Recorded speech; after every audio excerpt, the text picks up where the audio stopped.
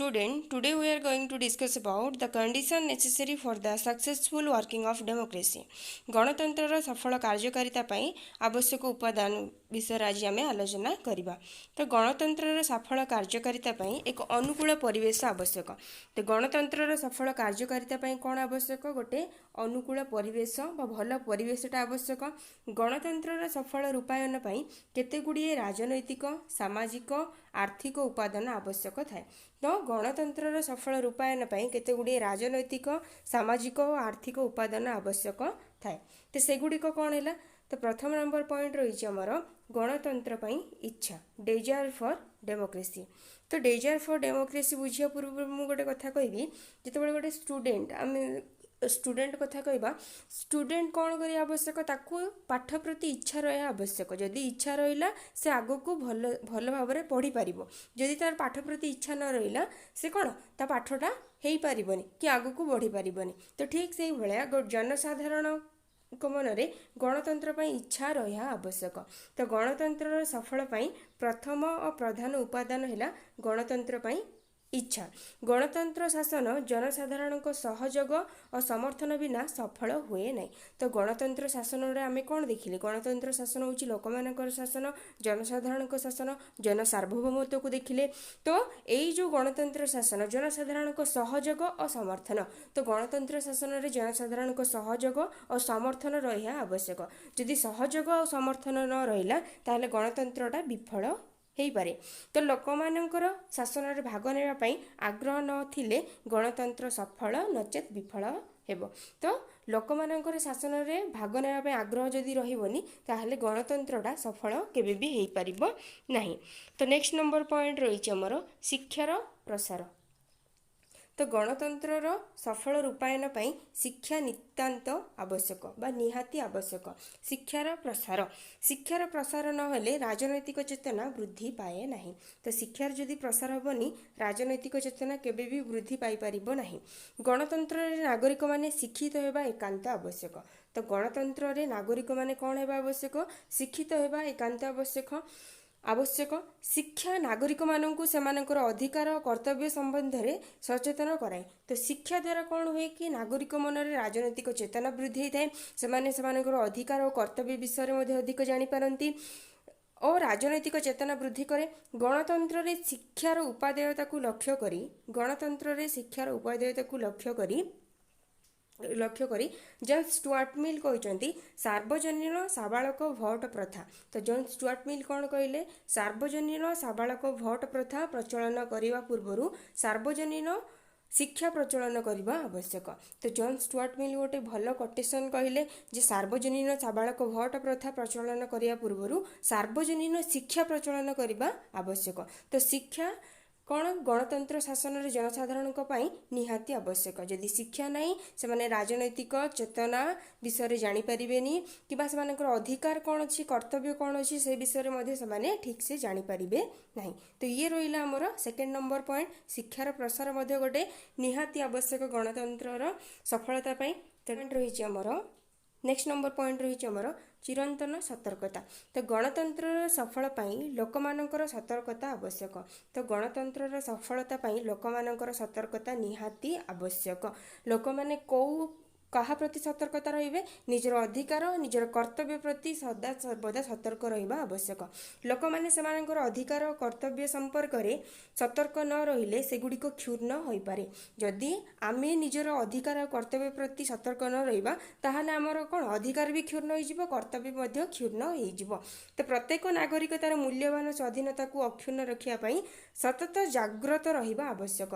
तो प्रत्येक नागरिक गणतंत्र शासन व्यवस्था रे प्रत्येक नागरिक तार मूल्यवान स्वाधीनता को अक्षुण्ण रखिया पई सतत जागृत सदा सर्वदा जागृत रहिया आवश्यक। तेणु जॉन स्टुआर्ट मिल कौन कही? सतत जागृति होउची स्वाधीनतार मूल्य। तो जॉन स्टुआर्ट मिल गोटे भल कोटेशन कहले जे सतत जागृति होउची स्वाधीनतार मूल्य। तो चिरंतन सतर्कता मध्य गणतंत्र सफलता पई गोटे मुख्य उपादान। तो नेक्स्ट रहिला हमर आर्थिक स्वाधीनता, इकोनॉमिक फ्रीडम।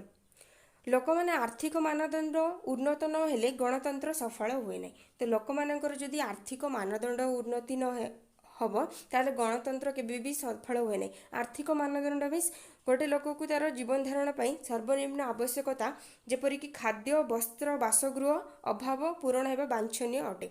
तो गोटे लोकर सर्वनिम्न आवश्यकतार कौन रहा खाद्य वस्त्र बासगृह ताहा जदि फुलफिल हो पारुची ताहा जदि परिपूर्ण हो पारुची ताहले कौन ता मन में गणतंत्र प्रति किछिटा इच्छा आसीबो।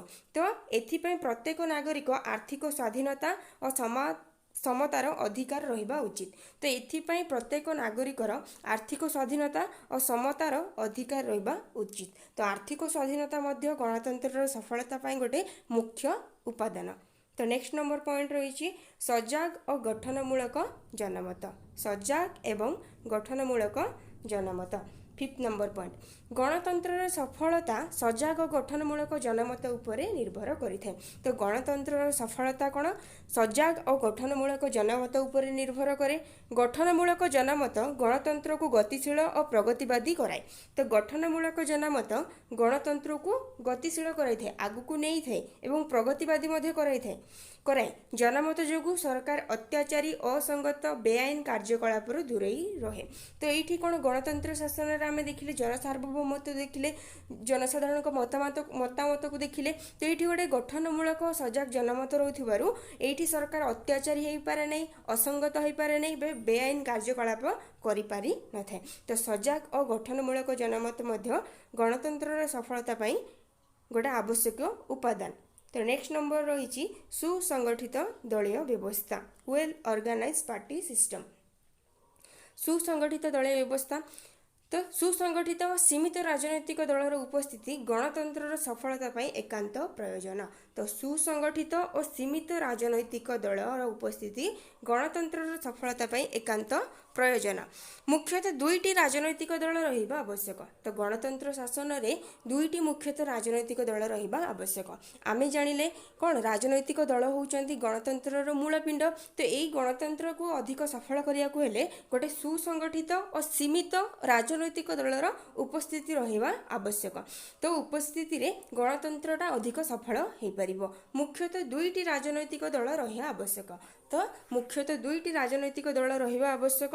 गोटे दल शासन कला बेले अन्यटी विरोधी दल भाव में कार्य करिबो। तो गोटे दल कौन करिबो शासन कला बेले अन्यटी विरोधी दल हिसाब रे रहिबो।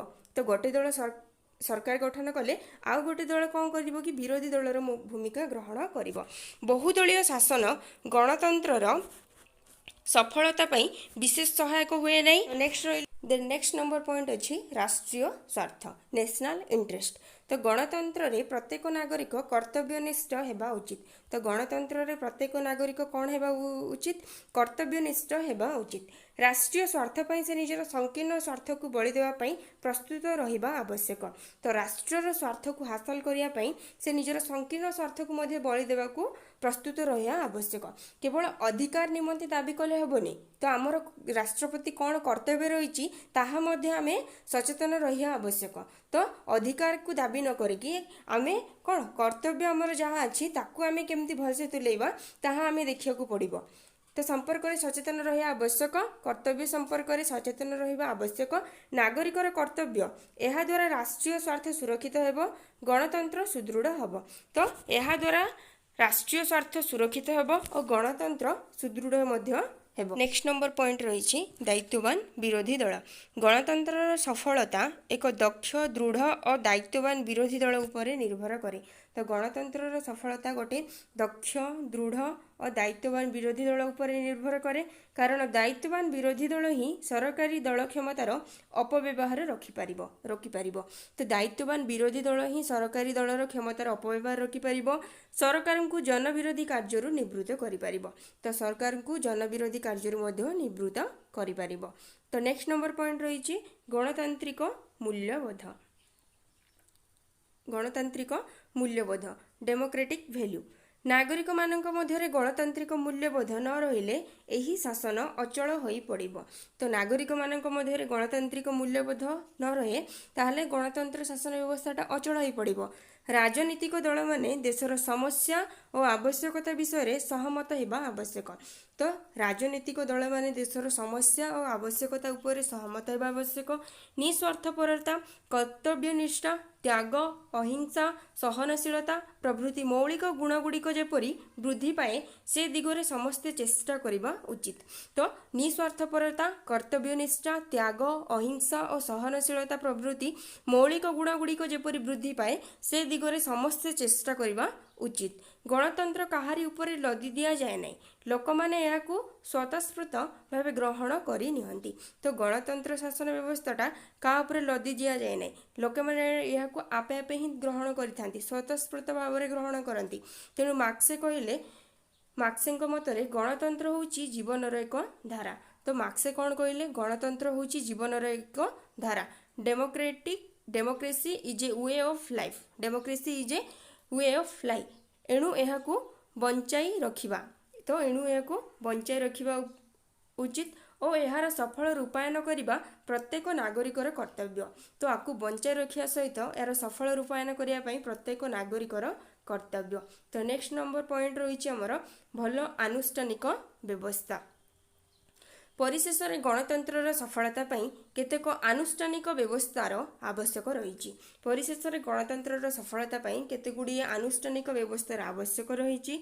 सेगुड़िक है स्वाधीन निरपेक्ष न्यायालय, सुसंगठित चापगोष्ठी, स्वाधीन निर्वाचन आयोग, सरकारी संगठन, नागरिक समाज। यही अनुष्ठान मान गणतंत्र सफल रूपायन में साहाय्य करती।